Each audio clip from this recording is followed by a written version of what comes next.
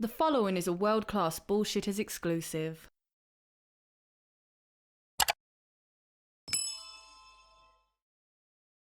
The annals of cinema are littered with the remnants of ill-fated attempts to translate the vibrant, interactive world of video games to the silver screen. What began as a promising avenue for expanding beloved franchises has often devolved into a graveyard of cinematic atrocities. From the early, campy adaptations of the 1990s to the more recent big-budget misfires, the video game movie has struggled to find its footing. Though there have been bright spots, overall, it's a pretty grim picture. The reason for these cinematic blights are numerous. Perhaps the most significant challenge lies in the difference between the two mediums. You play video games and you watch movies. One is active, the other passive.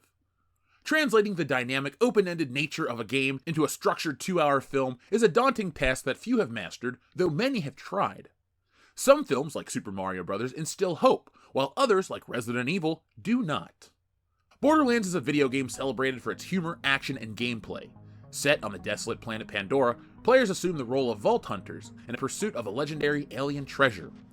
The series is renowned for its over-the-top characters, outrageous weaponry, and a world brimming with eccentric inhabitants. Borderlands carved out a unique niche in the gaming landscape, captivating millions of players with its chaotic and addictive gameplay.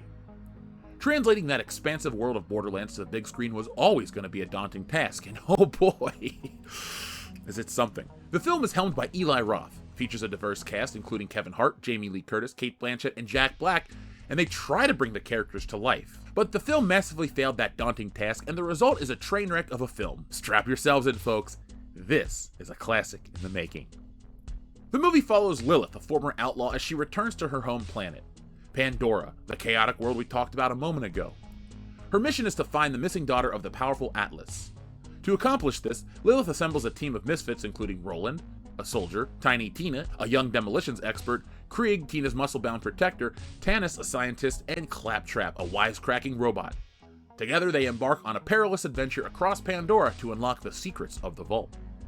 This film is like Jumanji on crack. Not the Robin Williams classic, the surprisingly good 2017 version starring Kevin Hart. What a great similarity. That goodwill ends here. Borderlands is one of those movies where things just happen to move the plot along. They don't have any meaning, they weren't earned, they're not payoff for something. Borderlands is a movie of contrivances. Now let's get this out of the way. This movie operates on video game logic.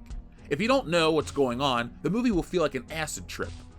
The characters all stand around posing intensely. They will stand in the line of fire and not take damage. The enemies go down in one hit, and they have terrible aim to boot. It would be funny if it was played for laughs, but the movie is too weird and too serious to be funny at times. The character designs are pretty good. Tina looks different than I imagined, but other than that, this is Borderlands, for better or worse. Not everything translates from video games to live action. It has worked in the past, but something about Borderlands feels cheap. The costumes look like cosplay, the props look spray-painted, the army is dressed in cheap-looking helmets. It would be hilarious if this movie was in on the joke, but instead, it pats itself on the back at every chance it can get because it thinks it's clever. The movie also feels small. We're supposed to be on a vast, desolate wasteland, but instead we're trapped on a green screen backdrop masquerading around as real backgrounds. There are some on-location shooting and there are sets, but they feel sparse. Again, it all comes from the movie feeling cheap, which it is not. According to sources, Borderlands cost $120 million. There were reshoots, rewrites, but regrettably, no reconsiderations, as in reconsidering abandoning this movie. It was filmed back in 2021, so everyone associated with this movie probably forgot about it. And I guarantee audiences will wish they forgot to watch it once they subject themselves to it. One of the worst things about Borderlands is its timing. We're in a period of video game movies not always sucking. Sonic, Mario, Five Nights at Freddy's, and more have all bucked the trend of video game movies always being pointless cash grabs guaranteed to suck. Borderlands brings us back to these days of Resident Evil and Uwe Boll films. It's that kind of picture. Which sucks because I like Eli Roth. Most of his movies are pretty solid. This is one of those paycheck movies. Roth clearly wanted to buy a house. I get that. He didn't really do a good job here though. Things in this movie just sort of happen. There's a scene where they're looking for a key to enter the vault. The key is in a room with hundreds of boxes, and Lilith is able to find the key she needs in literally seconds on her first try. Then when asked how she did it, she says, "I was just lucky." I rolled my eyes. They try to justify this by saying she's the chosen one and she knows all, but This is lazy filmmaking. This film is full of it. The acting is fairly bad, but the effects are definitely bad. Like laughably bad. The CGI is early 2000s levels of terrible. They use this terrible motion blur to distract from the bad blending. It all looks terrible. One could argue that it's supposed to look like a video game. But video games are consistent. This jumps from real people to obvious CGI models. It's jarring. That's never the point of a video game. Borderlands will be used as the literal definition of a cash grab.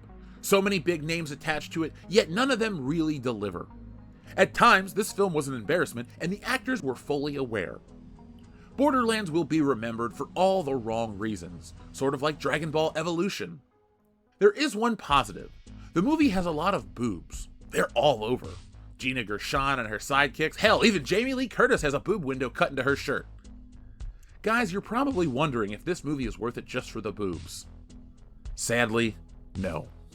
You're also wondering would I actually recommend this movie at all? Well, you'll be surprised that... Nope, I can't recommend it at all. Let's just end that joke right there. Not in theaters, at least. Borderlands is the type of movie that will kill cinemas. It's such a waste of time that it will turn people off from attending theaters in general. If you're bored, inebriated, or desperate, you may enjoy the sounds and lights produced by Borderlands, but you won't be watching for the story, acting, or CGI. People will ironically view this film, but it's essentially impossible to unironically enjoy it. It's not fun. It's not clever. It is not well designed. It's an expensive film that looks like cheap cosplay, and most importantly, it's forgettable. I won't be watching this film ever again, and unless you've seen literally everything else made, I suggest you avoid Borderlands. Borderlands the movie is a cinematic black hole that sucks in talent, money, and time, only to spit out a void of nothingness. It's the cinematic equivalent of a poorly optimized video game, full of glitches, bugs, and endless loading screens. This movie is so bad it makes Uwe Boll look like a cinematic genius. So, unless you're a masochist with a penchant for terrible movies, avoid Borderlands like the plague. Trust me, your brain will thank you. So folks, that was my review of Borderlands. Let me know what you think about Borderlands down in the comments below. Here are your questions for this video. 1. Are you going to see this movie? 2. What's your favorite Borderlands game? And 3. Who's your favorite Borderlands character? Borderlands got me through the pandemic. I had a lot of fun with that game series, and I'm very disappointed that this was the film they gave me. So folks, I gotta go cleanse the palate. I'm gonna watch the Super Mario Brothers movie, or maybe Sonic the Hedgehog 2, since I've never seen that one. But until then, folks, be on the lookout for more videos from WCVS and more reviews. I see that you guys like them. The Batman one's doing well, so let me know what you want to see us review, and we will here on the channel. Until next time, folks, be smart, be safe, be cool, but always be excellent to each other.